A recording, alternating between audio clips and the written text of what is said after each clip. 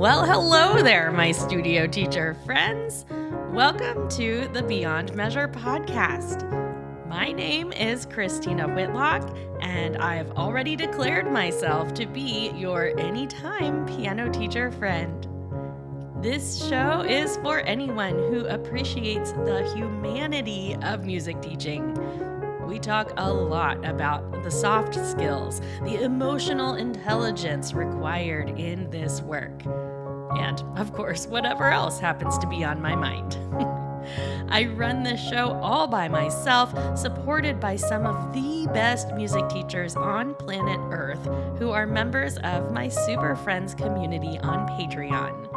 That crew fuels my motivation for this show, and they also make sure I don't have to sell ads for vitamins I may or may not actually like. Yep, we're all about authenticity in this space, and those super friends who support me on Patreon have my gratitude for life. I'd love to see you over there if you're not already. Just check out ChristinaWhitlock.com/community to find out what surprises await you for joining. And now, let's get on with the show, shall we? This is episode 215. Cheers to overcoming an empty inspiration tank. The number one question I get asked is this: are you always this happy? And, oh, friends, while this cheeriness you've come to expect from me here on this show really is my natural disposition, the answer is most definitely no. I do not always feel this happy, and I definitely have low energy days. Sure, we could take a psychological deep dive on the fact that my enthusiasm is a learned behavior from childhood, having realized very early on that the easiest way to find acceptance in social circles was to be the most excited person in the room. But we'll save that for another time, okay? Today, I'm speaking right into the life many of you are living this time of year, trying to overcome an empty inspiration tank. But simply, some of you are waking up these days thinking, I just don't want to do this today. And I am here to help. We're going to talk about why so many of us feel like we're running on empty this time of the year, what we can do about it, and why it doesn't even matter as much as you might think it does. So let's start with this. There's an old story that first appeared in a DC comic in 1986. It's about a man who goes to the doctor. He says he's hopelessly depressed and life has lost all of its meaning. The doctor listens and then he says, I know just the thing. The famous clown Pagliacci is in town. You absolutely must go see him because nobody can be sad in the presence of the great Pagliacci. To which the man broke down in tears and said, that's the thing. I am the great Pagliacci. End scene. For the record, there's an old episode of Beyond Measure called Cheers to Pulling Yourself Out of a Funk. It's episode 40, and the advice in that show still holds up. More than anything else, that episode reminds us that as music teachers and as musicians, one of the best things we can do is go play our instruments. My friends are often surprised when I tell them how easy it is to fall into a trap of being a music teacher who barely plays her instrument. We are all prone to this, but it's often the most logical step in filling our inspiration tanks back up. Play, and I mean truly play your instrument. So that was back in episode 40. However, here we are many episodes later in the month of May, and so many teachers are finding themselves feeling like life has been sucked right out of them. Can you relate? There's something to this Pagliacci phenomenon, right? We spend our days being cheerleaders for everyone else. And as summer glistens on the horizon, that magic just gets tired. I don't know. There's just something about this time of year that seems to aim a giant magnifying glass right at any inklings of burnout we might already be experiencing. And that's actually my first point for today. There's something about May. It's a very low energy time of year for me and maybe for you. It's never made total sense to me because it seems like I should be perking up as the weather gets warmer and the sun is shining more. I do get a little tiny burst of that on our first few nice days, but it always feels short lived and quickly seems to trade itself for exhaustion. Now, I have many theories. Maybe it's just because we've all gone through the ringer of tax season. Mostly kidding on that one, but not entirely. I think there's a natural letdown after the hustle and bustle of my studio's spring activities are over. Festivals are wrapped up, our studio recital is done, and most of my students' competitive events are finished. But just like that adrenaline crash that comes the day after a big performance, I think there's a natural sense of blah that comes when everything you've been working for the past several weeks and months is over. Furthermore, if you've spent any amount of time in the university environment, as a student, as a faculty member, or both, you know the circus the end of spring semester becomes. I'm a few years removed now from faculty responsibilities and many years removed from being a student, yet there's a sense of panic and deeply rooted anxiety that ramps up in me in March and April that I attribute to too many years spent in that environment. There's something about the spring semester in academia. Too much is expected out of everyone all around. So much of the semester's results hang on those final few weeks of the term, and then it comes to a crashing halt, and you're left wondering, what now? I think it's jarring, and I honestly believe it's altered my brain chemistry around springtime.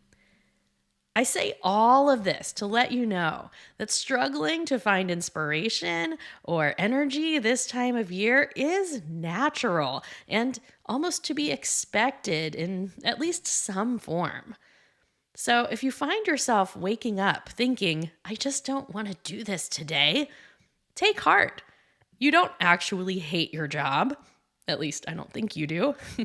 Your students still love you, even though they get squirrely this time of year. And most importantly, you will get through this and find your joy again. I'm sure of it. One of my favorite books is written by Kelly Corrigan, and it's called Tell Me More, Stories About the 12 Hardest Things I'm Learning to Say.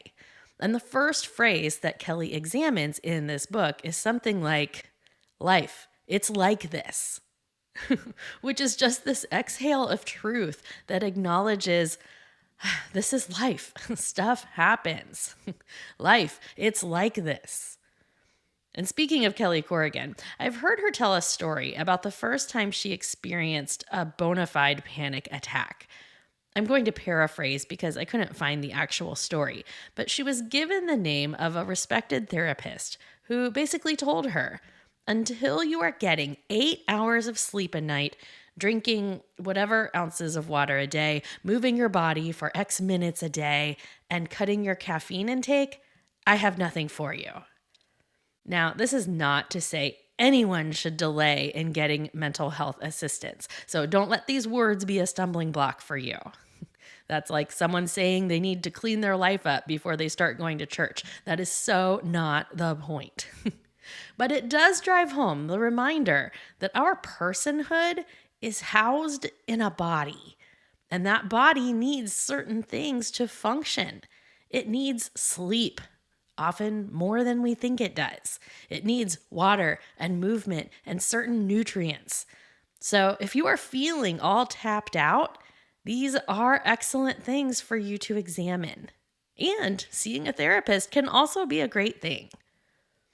If we work off my primary theory for today, that one of the reasons we feel funky in May is because we've been going full speed ahead toward whatever targets we're preparing for.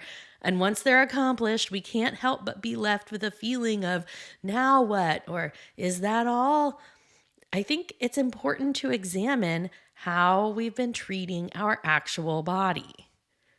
Personally, I've been dealing with some knee issues all year, and it's made my relationship with exercise a challenge.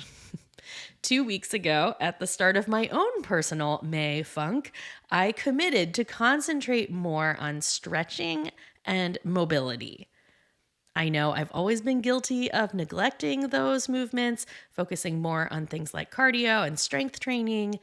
But these mid 40s are calling, and I am finally starting to listen to all that advice that flexibility is an essential investment as you age. Anyway, I'm telling you this because, at least as a temporary fix, I never feel better in my day than when I finish a 30-minute stretch session. Seriously, when your joints feel good and your muscles feel long, when you've released all the things that have been built up inside of your body, it's hard to top that feeling. Physical movement is essential to completing what we call the stress cycle. I talked all about that in episode 134 when I examined the book Burnout by the Nagoski sisters. That book, of course, is relevant to today's thoughts for many obvious reasons. So I know it's nothing revolutionary for me to remind you that physical movement is important. You've certainly heard that before, but there's my personal take on it. In addition to examining how we treat our bodies, I think these seasons of crashing energy are great reminders to put our teacher lives back into perspective. Like many of you listening, I am guilty of letting my teacher identity take over pretty much every aspect of my life. I think it's a definite trap for piano teachers, letting teaching infiltrate every area of our lives.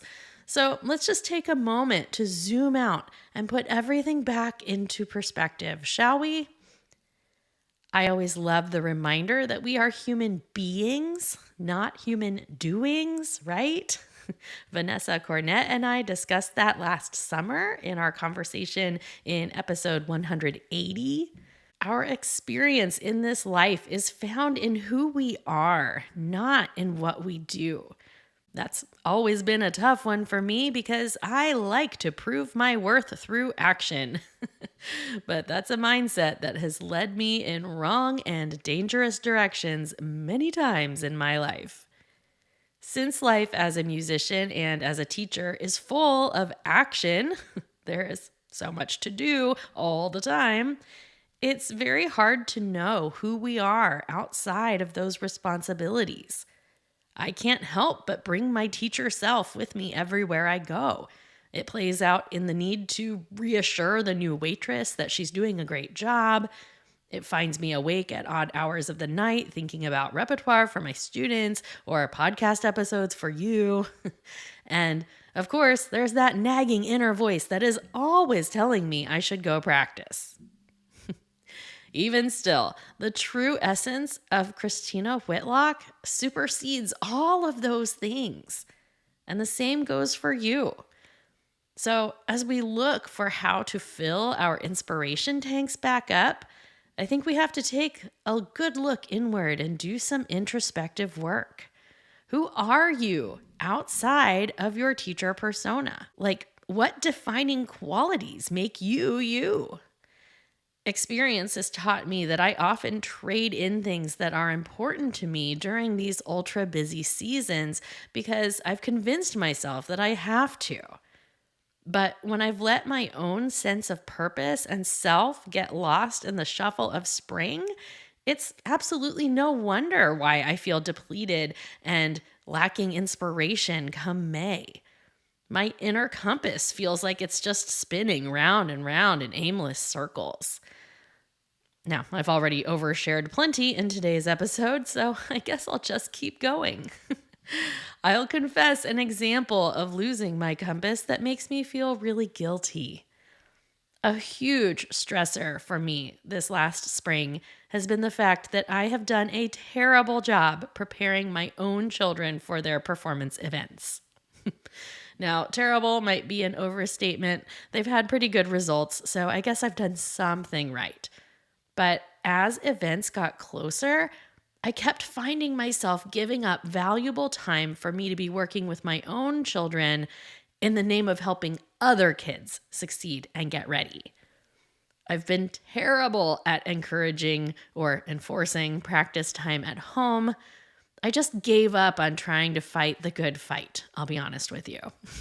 I've let my own procrastination leak onto my children, ultimately leaving them feeling less secure in performance than any of us want them to be. If it's not obvious, I am harboring a tremendous sense of guilt over this, and I know that's not helping anything, but it has drawn my attention to the fact that when I think about who I am and who I aspire to be, sitting pretty high on that list is being a parent who helps her children nurture their abilities and who uses her special skill sets to help them shine and set them up for success. So, yeah, it's great that I do that for other people's children. I know I'm doing good work there. But at the end of the day, I need to prioritize my own kids or we're all going to be miserable. So, there's that. And maybe that's the gift of the empty inspiration tank. Maybe it gives us perspective on how we want to show up in the world and what's getting in our way. Maybe it teaches us that we can't rely on external factors and deadlines and projects to feel like contributors to this world. Maybe the empty inspiration tank forces us to look at ourselves as human beings and not human doings. But while we're speaking of doing, we'll finish today's conversation with a look at one important truth which is also bandied about the internet quite a bit lately. Motivation follows action, not the other way around. Meaning, if we sit around and wait for ourselves to feel like doing the thing, we're going to wait way too long. More often than not, getting started is the solution to an empty inspiration tank. If I wake up with a case of the I don't want to's, I try to start with 3 things. I will start one load of laundry, I will start our Roomba vacuum, and I'll either load or unload the dishwasher, depending on whether or not we ran it the night before. Those are 3 simple tasks that usually give me just enough forward motion to get my day going. What can you do as an easy on-ramp to your day? I want you to think about it. Maybe it's just getting into your studio. I've said this a million times. Just being in your physical studio before your students arrive is inspiring. You could, again, play your instrument. You could put a few books away. You could stare at your students' photos on your wall, whatever. Just being in your teaching space alone is a great way to cope with an empty inspiration tank. But here's a really big takeaway for you today. Are you ready? So you don't feel inspired. You don't want to teach today. It doesn't actually matter, does it? You just need to show up. You don't have to feel like doing it. You just need to do it. Your inspiration tank does not have to be full in order for you to be successful at your job.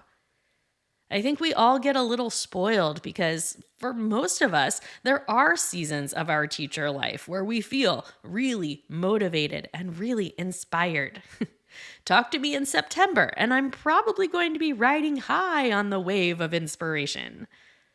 And because our students' lesson experiences are the sum of a whole collection of lessons, we don't have to feel excited to show up every single day. We just don't. It's not a healthy expectation. Even when you have an overly enthusiastic personality like mine, there are plenty of days where I just want to fast forward to the end of my lessons for the day.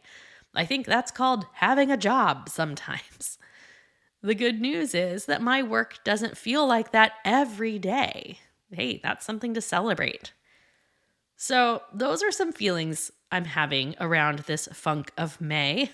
I would love to know if I'm just projecting my own feelings onto you, or if you feel a similar way this time of year. If you're listening on Spotify, you can leave a comment on this episode now and tell me all about it. You can also find me on social media at Beyond Measure Podcast. I would love to chat with you about your thoughts. Oh, and one more thing about dealing with empty inspiration tanks. Friends, find something that inspires you. I keep an actual list of things that make me feel good. Sitting at the top of that list is spending time with other teachers. I think you know this to be true. So, in an attempt to invest in the things that light me up, I've decided to host a live series of lunchtime conversations where I walk teachers through some of the content and exercises from my Studio Foundations course.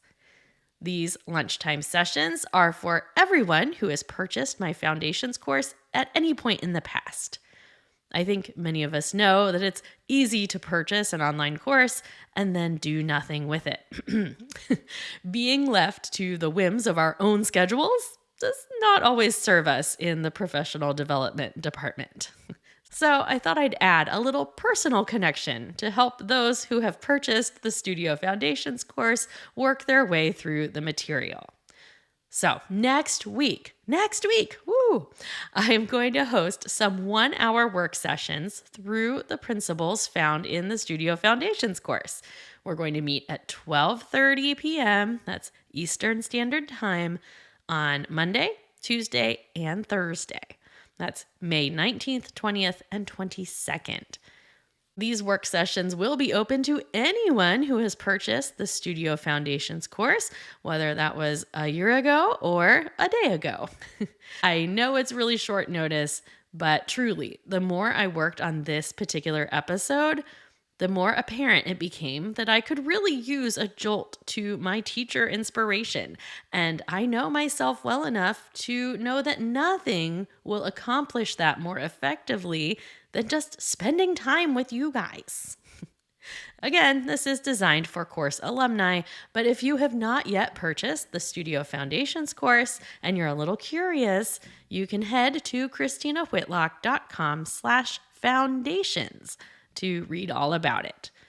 I will say this, the Studio Foundations course is not a piano pedagogy course. It's different. In fact, teachers of all instruments and voice types have reported it to me as beneficial. Instead, this is a compilation of 14 guiding principles that fuel your understanding of the human condition as it applies to studio music teachers. It's all the stuff you know I love to talk about, how to work effectively with people, tried and true principles about the art of teaching itself, and other truths that no one else seems to be talking about. I did set up a discount code for anyone wanting to get in on these live sessions. So if you purchase the course between now and May 22nd, you can save $15 with the code LUNCHPD. That's all one word, all lowercase.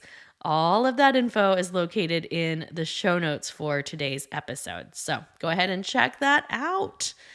For those of you who have already purchased the course, you should have received an email about those sessions. But if you have any questions, hit me up at hello@christinawhitlock.com. That's hello@christinawhitlock.com. Whew. Okay, friends, I know that was a lot. I may have set a record for the amount of oversharing I've done in this episode, but I hope it was worth it. Now, let's toast ourselves out of here and celebrate our teacher friend of the week. Grab a glass and hike it to the sky. Studio music teacher friends from all around the world. Today, we count ourselves fortunate to work in environments where we do so often feel inspired. We also acknowledge the fact that it is unrealistic to expect ourselves to always feel that way. May we continue to look inward to the person we are outside of teaching, outside of projects, and outside of deadlines. Let's remain true to ourselves and to the people we love. I celebrate you today, my friends. Hear, hear.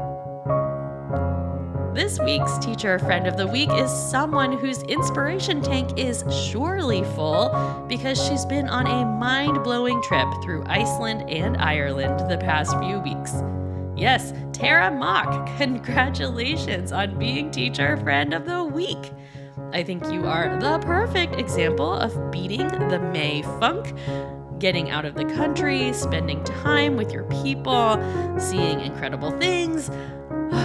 I've been living vicariously through your incredible photos lately, and I am so happy to see such a hardworking teacher get to enjoy such an adventure.